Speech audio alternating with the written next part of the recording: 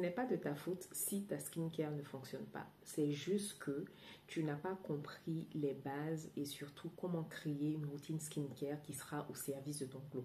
Aujourd'hui, je vais te partager 5 points que j'aurais aimé connaître si je devais reprendre à zéro, si je devais construire ma skincare. Hey ma glow mama, j'espère que tu vas bien. Moi, je suis très contente de te retrouver aujourd'hui pour une vidéo skincare, une vidéo qui sera assez rapide quand même. Ouais, on va parler ensemble de 5 points qui vont te permettre de construire une routine skincare si celle que tu as aujourd'hui ne fonctionne pas, si tu ne vois pas de résultats, si ton glow est parti en vadrouille vers Dabakala.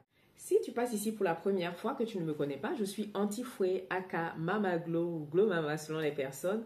Donc, je suis une passionnée de la femme épanouie, passionnée de la maman épanouie, de la maman qui prend soin d'elle, de la maman qui n'a pas oublié de garder la femme qui est en elle dans sa maternité. Donc, si ce sont des sujets qui te parlent, la skincare, la wellness, le bien-être, la beauté, l'épanouissement maternel, tu es au bon endroit. N'hésite pas à t'abonner et surtout à activer la cloche pour être au courant à chaque fois que je te propose des pépites ici parce que j'aime beaucoup partager. J'ai décidé de te faire une vidéo sur comment construire sa routine skincare parce que c'est un sujet d'actualité. En ce moment, sur les réseaux sociaux, depuis un bon moment d'ailleurs, hein, tu as pu le remarquer, c'est vraiment...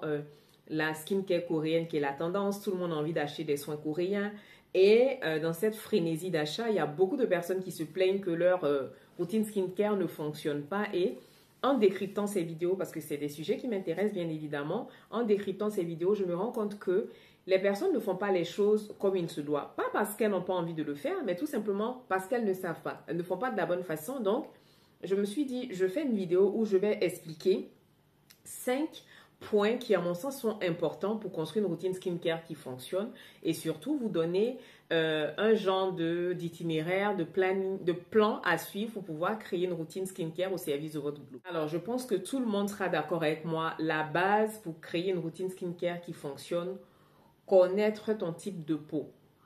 C'est important avant d'acheter des produits. C'est important avant d'investir parce que j'estime que acheter de la skincare, c'est investir. C'est investir dans la mesure où ce sont des produits, des soins qui vont venir mettre ta peau en valeur, mais qui vont aussi venir t'aider dans ton développement, t'aider dans ton, comment dire, dans ton estime de toi, te conforter, t'apprendre à t'aimer encore plus. Donc, c'est un investissement tout simplement. Connaître ton type de peau te permet de ne pas te tromper en choisissant tes soins.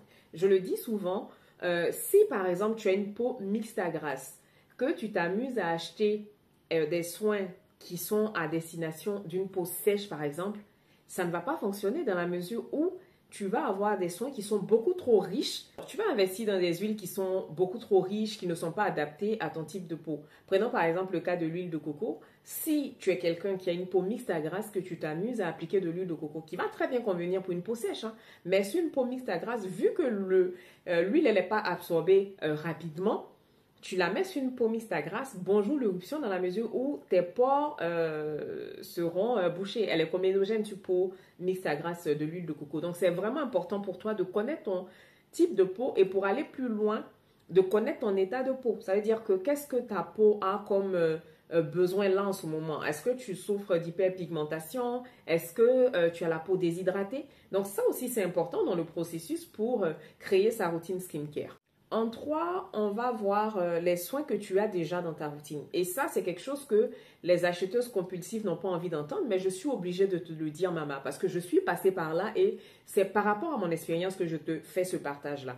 Tu n'as pas besoin d'acheter 70 000 produits pour avoir une routine qui fonctionne.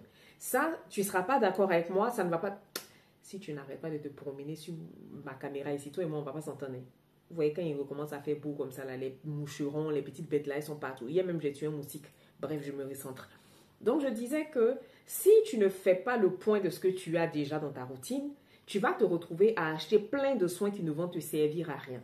Donc, avant d'aller acheter des soins, tu fais le point de ce que tu as dans ton vanity déjà, dans ton placard, dans ta salle de bain, bref, dans tes tiroirs. Et tu regardes, est-ce que j'ai un nettoyant? Oui. Est-ce que j'ai une lotion tonique? Oui. Est-ce que j'ai un toner? Oui. Ce qui va me manquer, c'est un sérum hydratant ou un sérum antioxydant. Mais tu n'as pas besoin d'accumuler des soins, 45 000 soins en tout cas, pour que ta routine fonctionne. En 4, quel est ton rythme de vie, quel est ton style de vie. Et ça, les mamans vont me comprendre. Parce que tu ne vas pas là acheter des soins pour faire une routine à 10 étapes tous les soirs. Si tu es maman, clairement, ce n'est pas réaliste. Donc, pour que ta routine skincare fonctionne, pour ne pas que tu abandonnes en cours de route, pour ne pas que tu te dises « Ah, mais c'est trop long, ça prend trop de temps, je ne veux pas le faire », tu dois cibler des produits qui sont en relation avec ta situation de vie. Ça veut dire que au lieu d'aller acheter X produits, X nombre de produits, tu vas choisir des soins qui sont par exemple, qui font double effet. Ou tu vas construire des routines minimalistes qui seront plus adaptées à ta vie de maman. Après, je ne dis pas que tu n'as pas forcément du temps tous les jours pour faire une routine en 10 étapes, mais en tant que maman, je trouve que ça ne sert vraiment à rien. Dernier point, on va voir ensemble le budget. Des fois, on a l'impression que pour avoir une routine skincare qui fonctionne, il faut dépenser, casser son livret en fait. Non! Aujourd'hui, c'est vrai que tu vois plein de références sur les réseaux. C'est vrai qu'on partage plein de produits, mais honnêtement, maman, tu n'as pas besoin de dépenser des milliers et des cents. Tu peux avoir des soins de supermarché qui fonctionnent très bien. Tu peux avoir des soins de parapharmacie qui fonctionnent très bien. Même dans les soins coréens, là. Moi, ma crème préférée en ce moment, elle est, voilà, je la trouve même plus, elle est en rupture. J'attends qu'il la remette pour la prendre. Je la trouve sur Sylvana à 7 euros, je crois. Et sur Yes Style, elle est un peu plus chère. C'est une crème vitaminée. Je l'ai amenée à Abidjan. Je l'ai utilisée, je l'ai terminée ici. Et cette marque-là, j'ai pris une crème hydratante, une crème au rétinol et une crème à la vitamine, une crème vitaminée pour le matin. Parce que moi, vous savez, le matin, j'aime bien tout ce qui est vitamine C, tout ce qui est antioxydant. Et mon plus gros regret, c'est de n'avoir pas pris deux de chaque. Donc, j'attends là, dès qu'elle est en stock, je fais mon stock tout simplement. Donc, tu n'as pas besoin de dépenser tout ton argent pour avoir des soins qui fonctionnent. Ta routine skincare, encore une fois, elle est à ton image. Ta routine skincare, c'est quelque chose qui te ressemble. Tu n'as pas besoin de faire les choses en fonction des autres. C'est pas parce que quelqu'un te dit que c'est un soin, ou même moi, anti-foin, je te dis que c'est un soin, un sérum de chez Alice Skin à 120 euros qui fonctionne que si tu n'as pas 120 euros à mettre dans des soins, tu ne vas pas aller chercher un sérum au rétinol un peu plus abordable. Le plus important, c'est la molécule. Forcément, la molécule et la formule, ce n'est pas forcément la marque. Donc, j'aimerais que tu tiennes compte aussi de ton budget pour choisir ta routine skincare et surtout que tu ne fasses pas des dépenses excessives pour finalement te retrouver avec des soins qui ne fonctionnent pas. C'est la fin de cette vidéo. J'espère qu'elle pourra te guider. Donc, pour récapituler, en 1, on connaît son type de peau. En 2, on définit son état de peau. En 3, on va regarder les soins qu'on a déjà dans sa routine pour éviter de racheter plusieurs soins qui ne vont nous servir à rien. En 4, quelle est la situation familiale? De quel temps on dispose pour réaliser une routine au quotidien? Et pour terminer, quel est le budget? Parce que ça aussi, c'est important de tenir compte de son budget, de ses réalités avant d'investir.